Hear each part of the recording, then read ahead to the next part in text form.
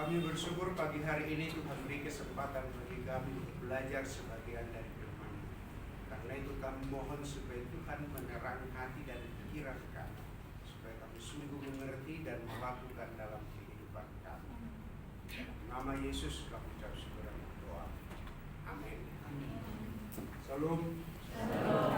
Selamat pagi semua. Gimana kabarnya? Baik? Biasa. Biasa di luar. Iya, mari kita baca satu bagian kebenaran firman Tuhan yang terdapat di dalam kitab Mazmur pasal 103 ayat 1 sampai dengan 5. Mazmur 103 ayat 1 sampai dengan ayat yang kelima. Kalau sudah ditemukan, kita akan baca secara responsorial. Kaum pria baca ayat yang ganjil, kaum awal baca ayat yang genap. Di ayat yang terakhir kita baca bersama-sama. Saya akan baca perikop. Pujilah Tuhan, hai jiwaku. Dari jauh.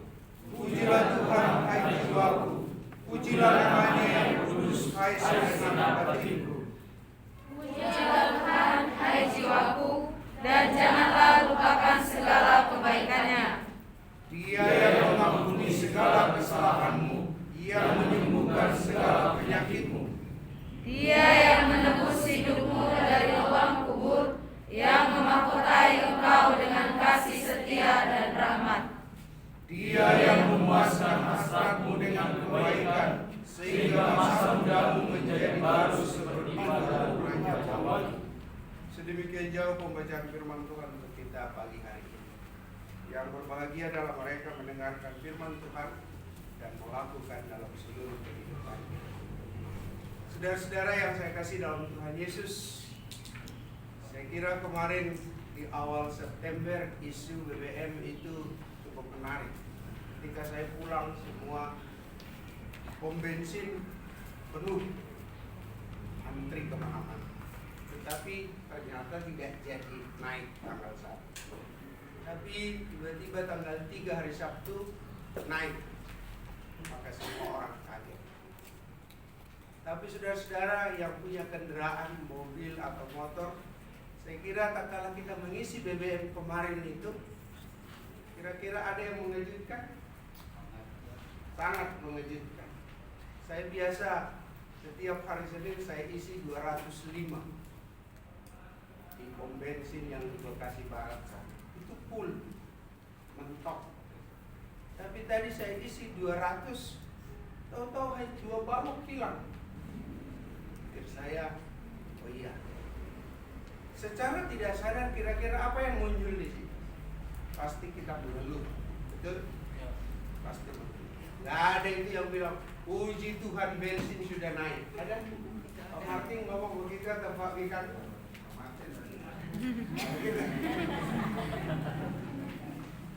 Kalau Pak Moses nggak tahu, dia yang supirnya yang ngisi, jadi nggak tahu berapa naik, berapa balok ya, Mang ya. Haleluya. Berarti di antara kita hanya satu. Nggak tahu kalau direktur utama kita. Lumayan Pak. Lumayan. Iya, pasti begitu. Artinya saudara, itu sebuah respon yang memang tanpa kita sadari muncul. Iya. Ketika macet pun bisa terjadi seperti ini. Oleh karena itu saudara, saya mau tanya untuk kita semua. Satu hari dari jam 6 sampai besok pagi jam 6. Kira-kira mana yang lebih banyak? Kita bersyukur memuji Tuhan atau mengeluh? Mengeluh. Jujur lah ya. Mahasiswa ketika masuk di asrama panas banget gitu kan. Ketika masuk di ruang makan itu lagi gitu. Tempe, tahu tidak pernah berubah gitu. 3T ya. Tuhan Yesus tidak pernah berubah. Jadi di sekolah teologi ya 3T pun terus dari zaman Adam sampai zaman kita sekarang. Saudara, artinya apa? Itu sesuatu yang terjadi. Tapi saudara, kalau apakah persoalan mengeluh itu harus kita pelihara atau tidak? Saya kira tidak. Tapi sebagai orang percaya, Alkitab berkata bahwa kita harus belajar untuk bersyukur untuk semuanya itu. Artinya, Paulus katakan kepada jemaat yang ada di Tesalonika, mengucap syukurlah dalam segala hal. Artinya, itu yang Tuhan kehendaki. Oleh karena itu, saudara, bagaimana cara kita supaya pada akhirnya kita belajar untuk bersyukur, kendati pun itu sulit. Pemazmur, dalam Mazmur 103 ini, Daud mengajak dirinya. Dia katakan, pujilah Tuhan, hai jiwaku. Kita belajar dari Daud. Daud tentu mengalami banyak persoalan, pergumulan, tantangan hidup yang tidak gampang. Sebelum dia raja dan sesudah raja pun, dia mengalami tantangan yang luar biasa. Dia jatuh bangun. Dia pernah hidup di dalam dosa perzinaan, tapi Tuhan pulihkan dia secara luar biasa. Artinya saudara, Daud perjalanannya bukanlah perjalanan yang mulus. Ada banyak kerikil-kerikil tajam yang dia harus lewati. Tapi dia mengajak dirinya, dia mengajak pribadinya. Dia berkata, pujilah Tuhan, hai jiwaku. Saudara, ada 3 alasan yang kita mau belajar pagi hari ini yang juga akan mendasari kita untuk selalu bersyukur, untuk selalu memuji Tuhan, kendati pun semakin sulit situasi dan kondisi. Saudara, hal yang pertama, saudara, kalau kita lihat di sini dalam ayat 3, Dia yang mengampuni segala kesalahanmu, yang menyembuhkan segala penyakit. Alasan yang pertama dikatakan di sini adalah Dia yang mengampuni segala kesalahan. Kembali lagi saya tanya, kira-kira satu hari rata-rata kita melakukan dosa berapa kali? PT Santosa Asi dengan nada sabta setia itu akan mengecek setia pada pelanggan, jujur terhadap nasabah, jujur terhadap itu laporannya itu perlu itu. Berarti nggak boleh main tilap-tilap. Visi-visi setia pemanya IKSM di situ adalah mau menghasilkan. Berarti kalau kita lulusan teologi STT IKSM dengan manipulasi, kita tidak jujur terhadap sabta setia. Dosa nggak kira-kira? Artinya saudara, kalau kita lihat di sini, berarti dengan memahami semuanya itu, dan Paulus katakan, semakin dia mengerti Taurat Tuhan, semakin mengerti dosa. Oke, kita kembali tidak belajar tentang doktrin, tapi banyak. Kalau 3 kali sehari orangnya kira-kira udah baik. 3 kali melakukan dosa sehari udah baik belum? Baik. Dari pagi loh, jam 6 sampai jam 6 sore sampai 6 pagi. 3 kali saja. Coba bayangkan, 3 kali sehari. Kali 30, berapa? 90. 90 kali setahun. Hah? 800 bukan 1000 sekian. 1080. Supaya gampang hitungnya, diskonlah 80, dibuang 80. Itu berarti 1 tahun 1000. Ya, Tony kira-kira usianya berapa sekarang? 20. Berarti 20.000 dosa. Pakai kantong?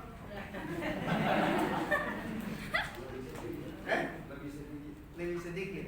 21. Dari samping buat samping kelihatan. Di sininya aja nggak mungkin nggak sampai.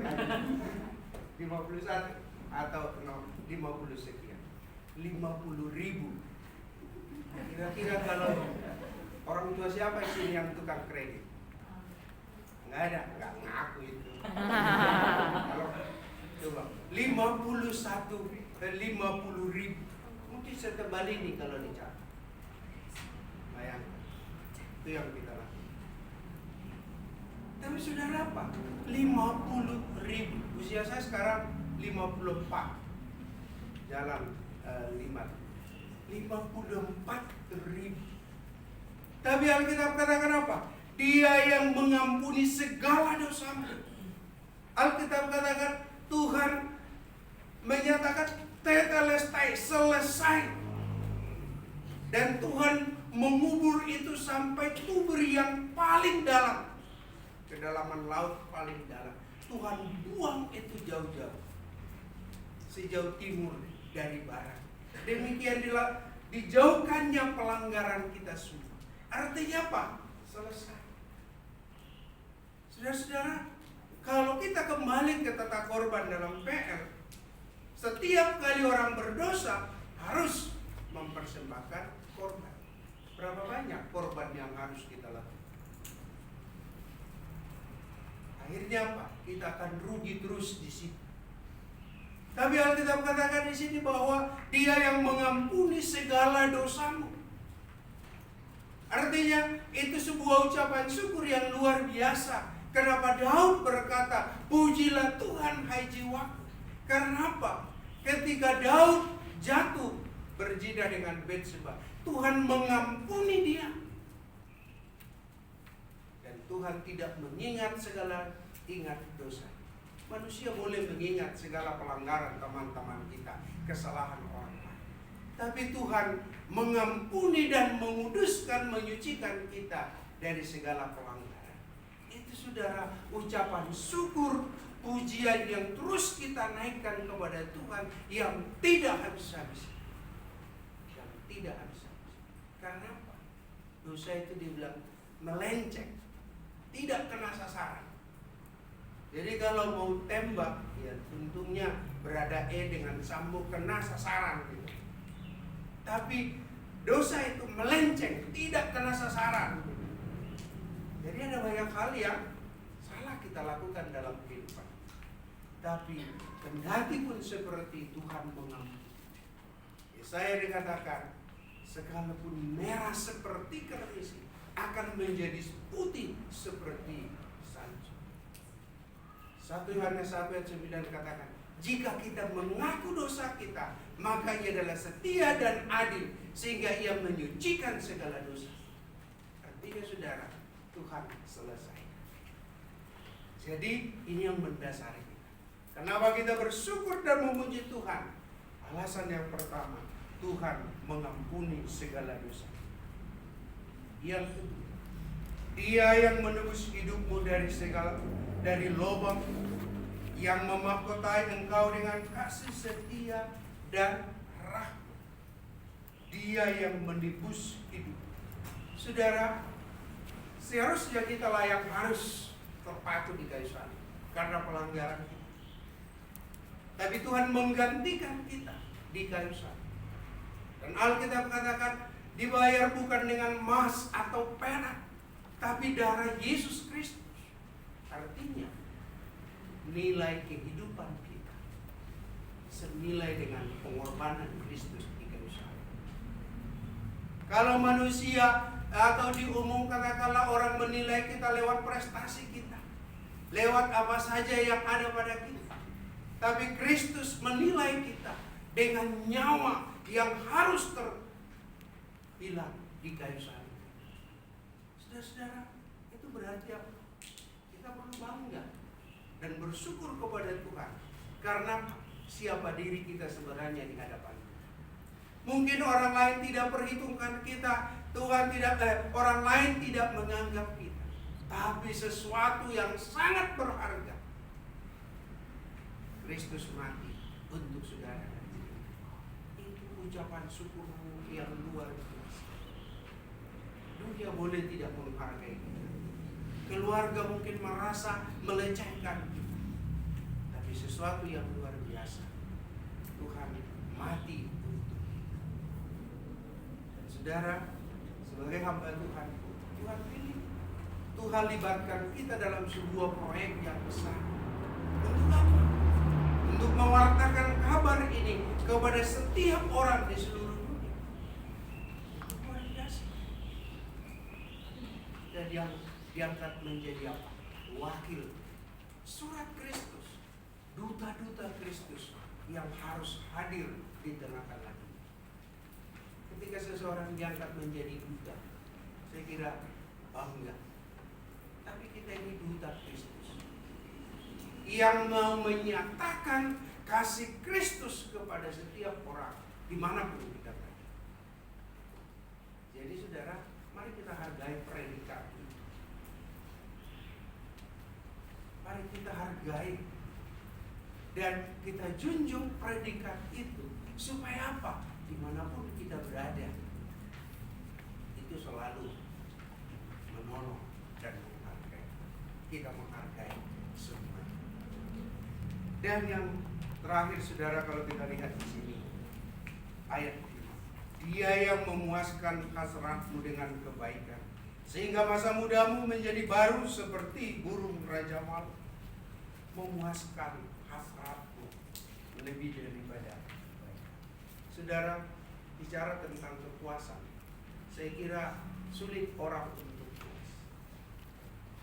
Saya sering kali gambarkan orang yang paling sederhana akan berkata, saya mau makan apa besok.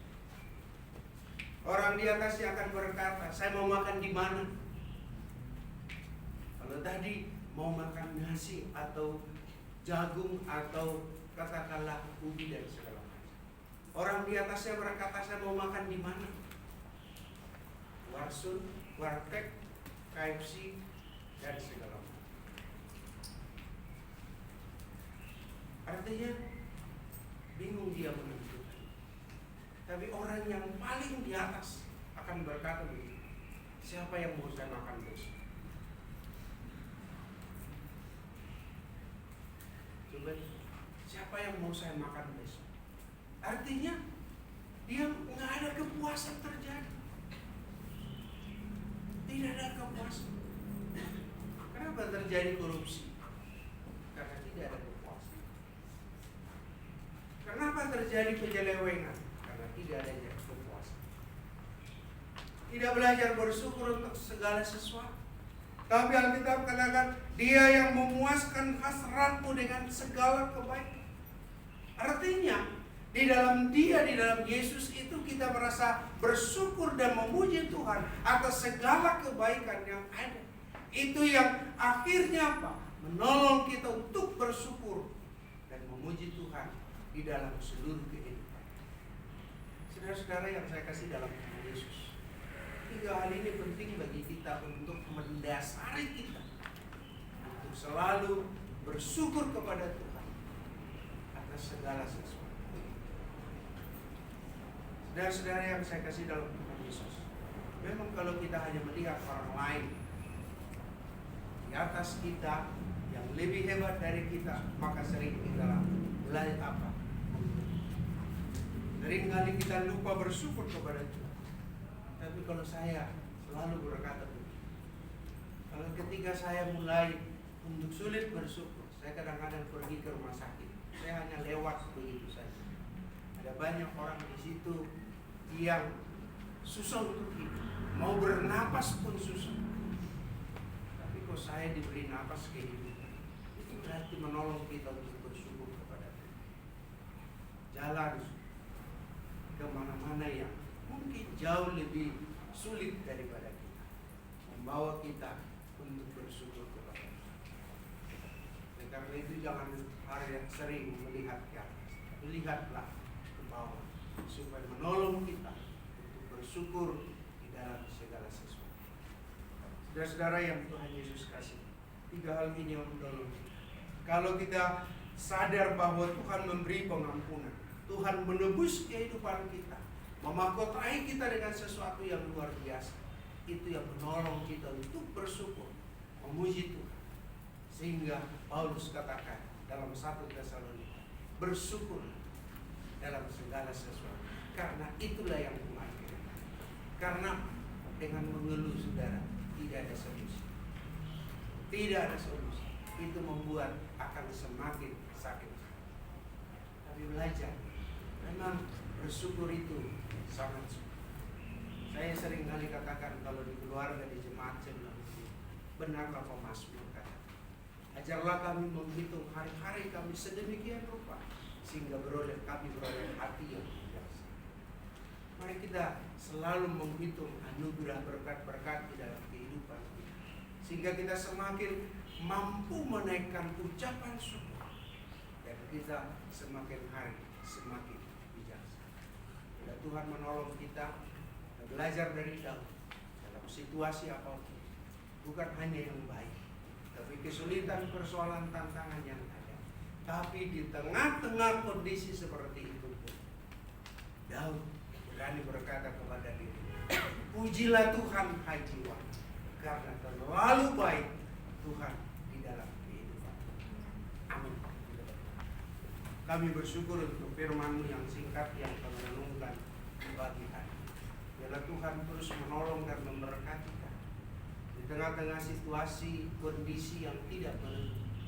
Tapi hati kami belajar untuk bersyukur, memuji Tuhan, karena kami tahu di balik semuanya ada maksud dan rencana Tuhan yang Tuhan mau nyatakan bagi kami. Kami bersyukur sebuah teladan yang luar biasa dari Daud. Kendati pun seringkali gagal, tapi Tuhan mengangkat dia. Tuhan tidak membiarkan dia jatuh sampai tergeletak, tapi Tuhan menopang, mengangkat dia, sehingga dia mampu bersyukur atas segala sesuatu. Terima kasih Tuhan, meteraikan firman-Mu dalam hidup kami, pribadi lepas pribadi. Di dalam nama Tuhan Yesus, kami mengucap syukur.